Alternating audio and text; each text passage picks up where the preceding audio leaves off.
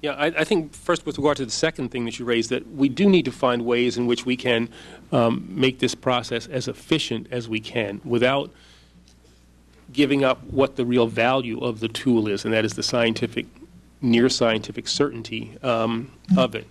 I think your suggestion is actually an interesting one about the possibility of dealing with those samples come from private labs where you get a hit and then retesting perhaps only those. That I think is an interesting idea that ought to be considered. We have, I was just kind of looking at the statistical information here. Between 2004 and 2009, the Department has provided to the states and units of local government about $300 million to perform DNA analysis requested for about 135,000 backlog forensic cases and to build DNA laboratory capacity. $53.8 billion to eliminate existing backlog of DNA database samples. Over 1.6 million DNA database samples have been analyzed, resulting in more than 15,000 CODIS hits.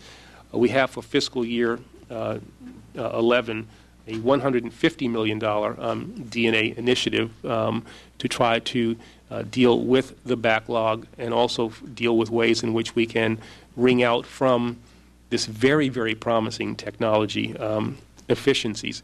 I think people oftentimes think of DNA as only the thing that springs people who were unjustly accused of a crime, and it certainly has had that impact, but it is also a very, very important law enforcement tool that convicts people who have committed very, very serious crimes. And so it is something that I think has to be at the center of what I've come to call an evidence-based approach to criminal justice, and we have to do it in the right way, in an efficient way. But this is a good place for, I think, us to spend our money.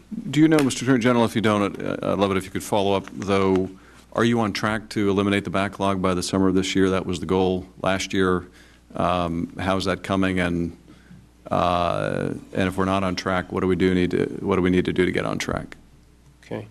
I do not know if we will have the backlog eliminated by this summer, and what I will do is get back to you at the conclusion of the hearing and give you a sense of where we stand, if not by the end of the summer, a sense of when it is we think we will have that backlog eliminated. Thank you. And I also want to express our gratitude in California and the other border states for the SCAP funding in the budget. It had been zeroed out by the last administration. You put in excess of $300 million into the program. We, of course, would like and will push for more, but we're glad to see that program reappear in the administration's budget. Thank you, Mr. Chairman. I yield back. Mr. Culbertson.